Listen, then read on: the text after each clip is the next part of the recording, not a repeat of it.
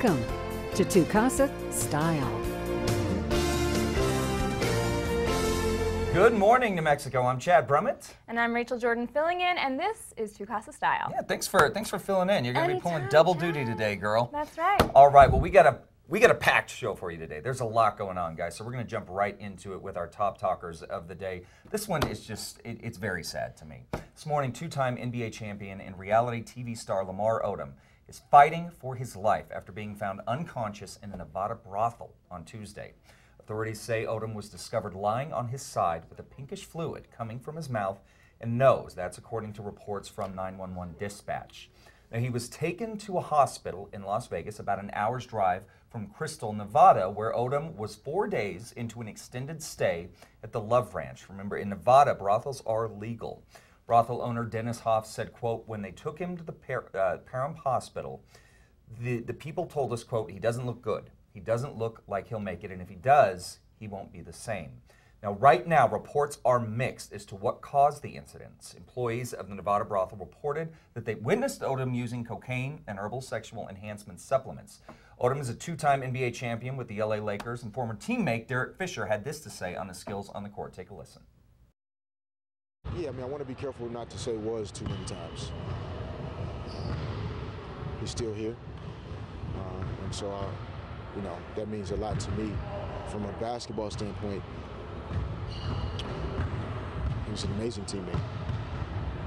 Really an amazing player that possesses all the skills necessary to do everything on the floor you need done. A little emotional there. The Reverend Jesse Jackson visited Odom yesterday, saying that while he is still on life support, there was some signs of response, a slight improvement from Tuesday when, you know, they're stopping short of saying, you know, brain dead, but they are saying that there has been some brain damage, saying that it was an ischemic stroke. Some reports are saying an ischemic stroke, which is a stroke that happens quite often with people that are using cocaine, drugs, things like that. But here's the thing, you know, 14 seasons as a professional NBA basketball player, 7 of them in Los Angeles. Derek Fisher, of course, he played with the LA Lakers, won 2 NBA championships with Fish. He had a season in Miami, a season in Dallas, and 5 seasons with the LA Clippers. He signed on again in 2012 and 2013 to play with the LA Clippers before, you know, he was retired. And of course, people know him, you know, from the Keeping Up with the Kardashians. But it's important to me to remember this guy was an amazing power forward. He was an amazing, or is an amazing basketball player.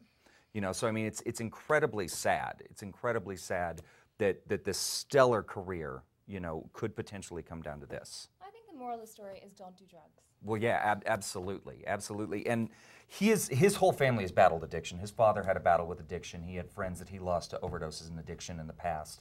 So, you know, he had at one point said, you know, the death kind of followed him. He had a lot of deaths. He had lost his child to sudden infant death syndrome a few years ago. And I mean, he's had just a very tragic life. So I'm really hoping, I know everyone in the NBA is really hoping that Odom pulls through this.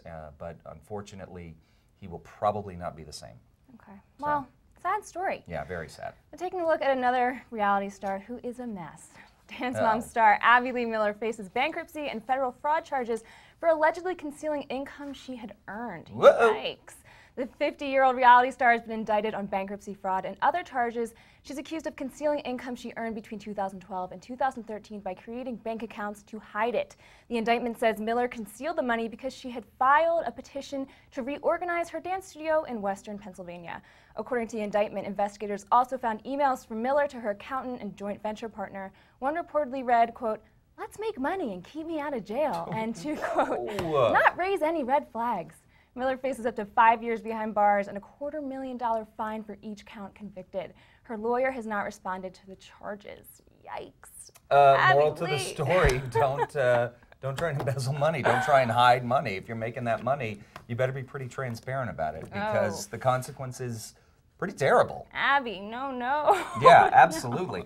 You know, what amazes me sometimes, you think, like, how do they think you're, like, how do you think you're not going to get caught? Yeah, invincible. You know what I mean? I guess the Lifetime Network makes you invincible. I guess. Too many people saying yes all the time. It's a good idea to embezzle money. It's a good idea to launder money. Yeah, go ahead and do it. Okay. Why not? You're a reality TV star. You can do anything. Not the case. Well, speaking of TV, guys, Netflix is experiencing some growing pains. I know you've been feeling sorry for them. The popular streaming service says it added 880,000 U.S. subscribers in July, August, and September. Now, that might sound good, but it is way short of the more than 1 million the company was anticipating. Overall, Netflix has more than 69 million subscribers, myself included, which include nearly 3 million overseas. Now, Netflix is blaming the sluggish growth on the transition to chip-based credit and debit cards, creating what it calls a, quote, inability to collect. I don't understand that. I don't understand how saying that the chip technology is the cause for that.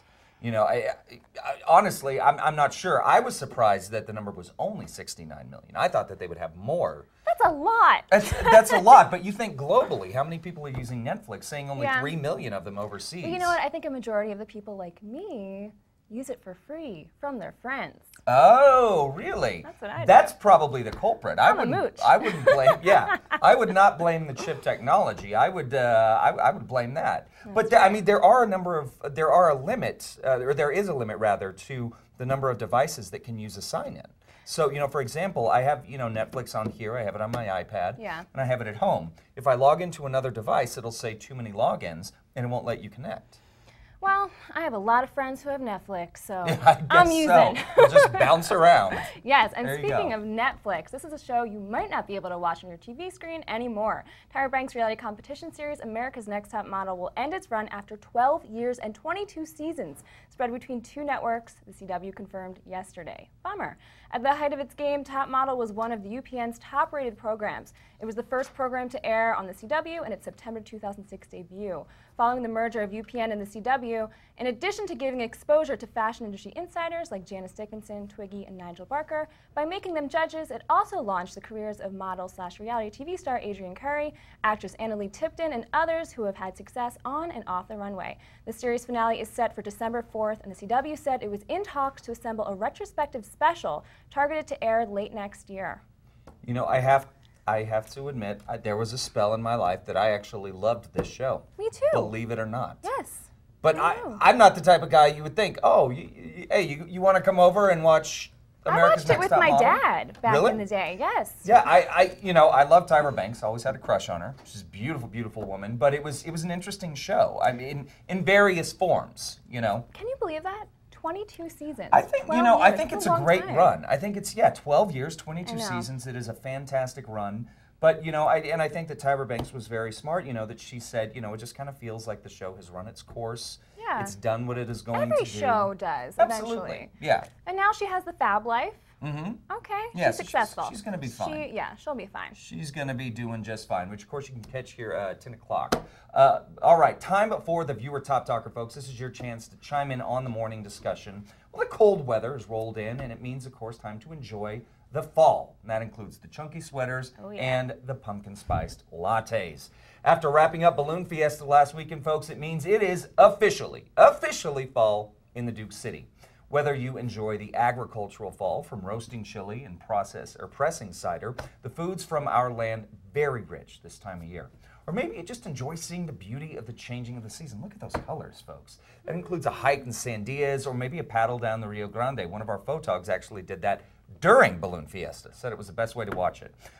We really have the most picturesque landscape around, guys, and with the city of so many blended cultures, you can find festivals from arts and crafts to farmers markets to help you enjoy the artistic and creative fall in the land of enchantment.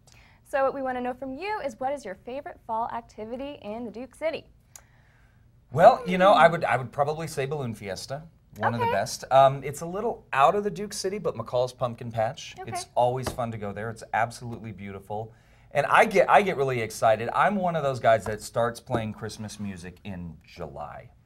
So I enjoy listening to Christmas music on Spotify. What about you? I was thinking, I like pumpkin picking and apple picking, even though I don't do them. I like to see pictures on Instagram of my friends doing it. Hay rides. I love hay rides. Haunted hay rides. Yeah, which you could do at McCall's. Very cool. Yeah. I'm excited for that. So guys, join in on the conversation. You can like us on Facebook, 2 Casa Fox, and leave a comment there, or follow us on Twitter and tweet us your opinion at 2 Casa Fox. And as always, you can go to casa.com and click on the Style blog. That's right, guys. And of course, we'll share your responses in the next half hour. So let us know, what is your favorite thing to do? Remember, Rachel, she's not a lifelong here like me, so she needs a list, guys. You got to help her. That's what right. to do in the fall in New Mexico. All right, when we come back on Style, we are heading out to Fire Bells to get you in shape with my buddy Czar Horton. We're going to be breaking down some of the fundamentals of the kettlebell training. Plus, we'll be finding out more about the 2015 Lobo Homecoming in today's Casa Calendar. All right, but before we head out to break, we're going to check in with AJ and Kristen at the Hollywood Light with your daily wrap.